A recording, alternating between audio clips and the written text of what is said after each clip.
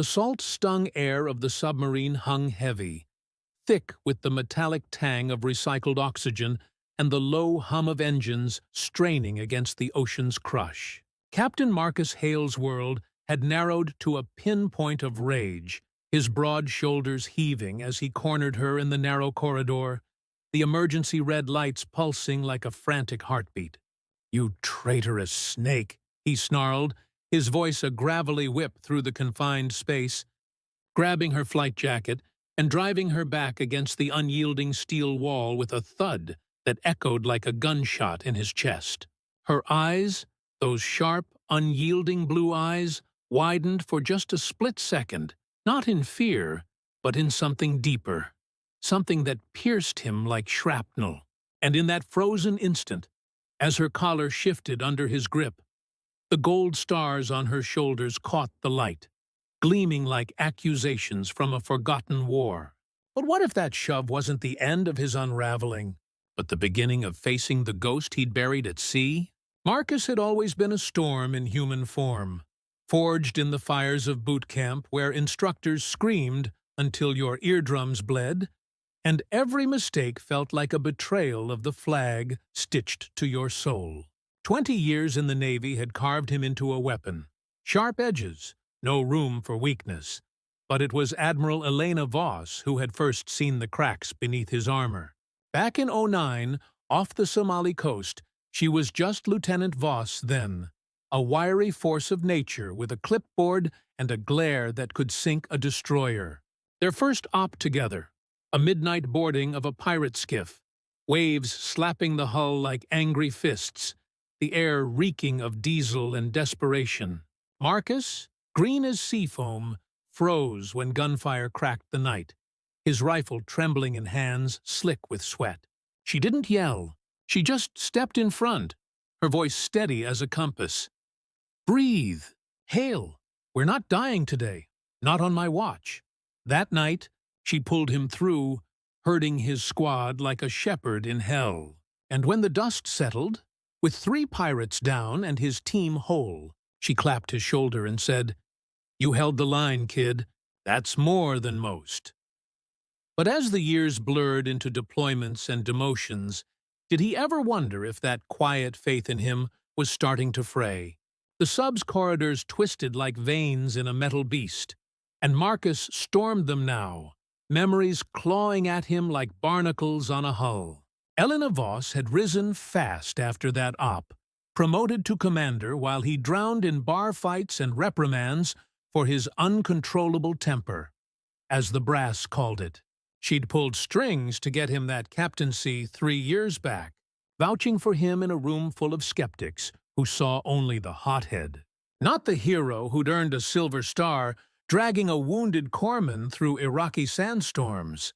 But tonight, in the bowels of the USS Vanguard, 400 feet below the Pacific's indifferent surface, betrayal had boiled over. Whispers from the crew. Voss had greenlit a risky maneuver, diverting the sub from a routine patrol to chase a ghost signal. Some intel on a rogue sub that turned out to be nothing but static. 2 sailors injured in the dive, morale cracking like thin ice, and Marcus, ever the powder keg, had confronted her in the wardroom. Words flew like tracers, coward, glory hound, has been, and when she stood her ground, calm as a graveyard, he lost it. Pinned her there, the wall cold against her spine, his forearm like an iron bar across her throat. Her breath hitched, warm against his wrist, carrying the faint scent of coffee and gun oil that he'd always associated with command decks at dawn. What secrets had she locked away that made her face him like that, unflinching, as if she knew this rage better than he did? Time fractured then, the sub's groan fading to a distant rumble as flashes pulled Marcus under. Back to 15, the Gulf, where dust devils danced over fobs like vengeful spirits, and IEDs whispered death from the shadows. Voss was his CO by then, her voice over the radio a lifeline in the chaos. "Hale, fall back. That's an order." But he didn't. He charged into the kill zone, smoke choking his lungs, the acrid bite of cordite searing his eyes, to haul out Specialist Ramirez, the kid with the wife back home and letters tucked in his vest like talismans. Voss covered him, her M4 barking steady fire, rounds zipping past his ear like hornets. She took shrapnel in the leg for it, a jagged tear through muscle and pride, but never uttered a sound beyond, "Get him clear, Captain. That's your job." In the medevac chopper, rotors thumping like a migraine, she gripped his hand, blood soaking her fatigues, and whispered, "You're better than this temper, Marcus. Don't let it bury you." He nodded, throat tight, swearing silently he'd make it up to her someday. Yet here they were, years later, her stars mocking him from that jacket, and his hand still locked around her collar like a vice. As her gaze held his, steady and sorrowful, a crack spider-webbed through his fury. Had she been waiting for this breakdown all along? She didn't fight back. That was the gut punch. Elena Voss, who'd stared down admirals and ambushes with the same steel in her spine, just let her hands fall to her sides. The corridor's hum, the only sound between them. "Let go, Marcus," she said softly, her voice threading through the rage like smoke through chain link. "And look at me." "Really look." He did, breath shuddering out, and in her eyes swam the ghosts of a dozen ops, the humid jungles of Nam echoes in her family stories she'd shared over MREs, the way she'd mentored him through his divorce, late nights in the O Club with whiskey and wisdom. Leadership isn't barking orders, it's carrying the weight when they break. The shove replayed in his mind, brutal and wrong, her body yielding just enough to the force, a soft exhale escaping her lips that twisted something deep in his gut. Shame flooded in, hot as engine grease, loosening his grip until her jacket slipped free, leaving wrinkles like scars. She straightened, rubbing her neck where a faint red mark bloomed, but her expression wasn't anger. It was the weary ache of a mother watching her son stumble home, bruised. "You think I betrayed you tonight?" she murmured, the words hanging heavy, laced with the salt of unspoken hurts. "Or is it that you've been betraying yourself for years?" The question lingered like the aftertaste of black coffee, pulling him toward truths he'd dodged longer than any torpedo run. They stood there, the sub's pulse thrumming around them, a fragile bubble in the deep where confessions could drown or surface. Marcus sank against the opposite wall, the steel biting through his shirt, cold comfort for the firestorm inside. I thought you were just some ensign mouthing off," he admitted, voice cracking like dry earth under boot. "Pushing boundaries, testing me. But you, Admiral Voss, why didn't you say?" Elena slid down beside him, their shoulders brushing in the tight space, the shared warmth a quiet anchor. "Because sometimes, Captain, you need to hit bottom to remember why you fight your way up. That signal wasn't a ghost. It was a decoy for a real threat. Chinese sub shadowing our flank.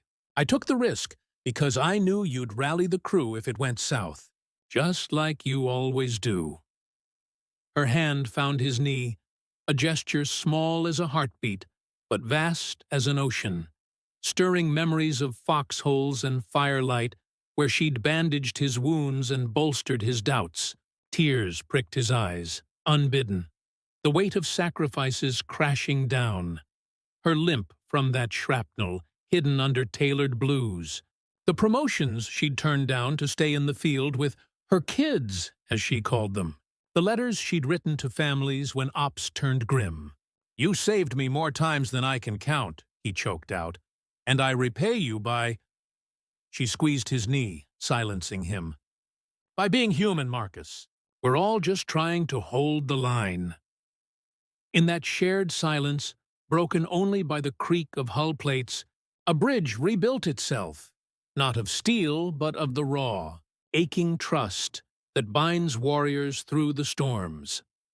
Dawn broke on the surface patrol 2 days later, the vanguard slicing through swells that glittered like shattered glass under a reluctant sun.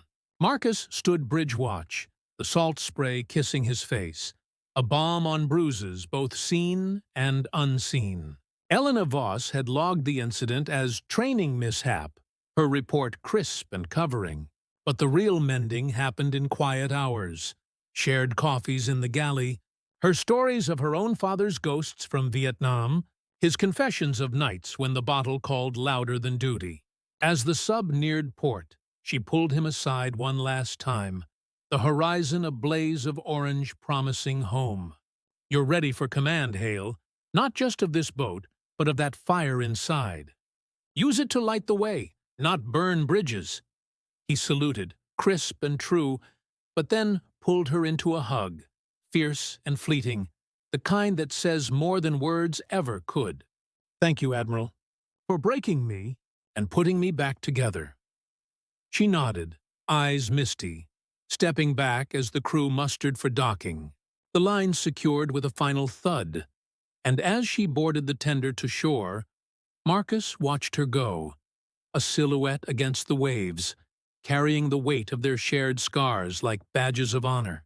In the end, some battles aren't won with rifles or resolve, but with the grace to forgive and the courage to be forgiven. What if, in your own storms, there's always someone waiting to remind you you're not alone in the fight?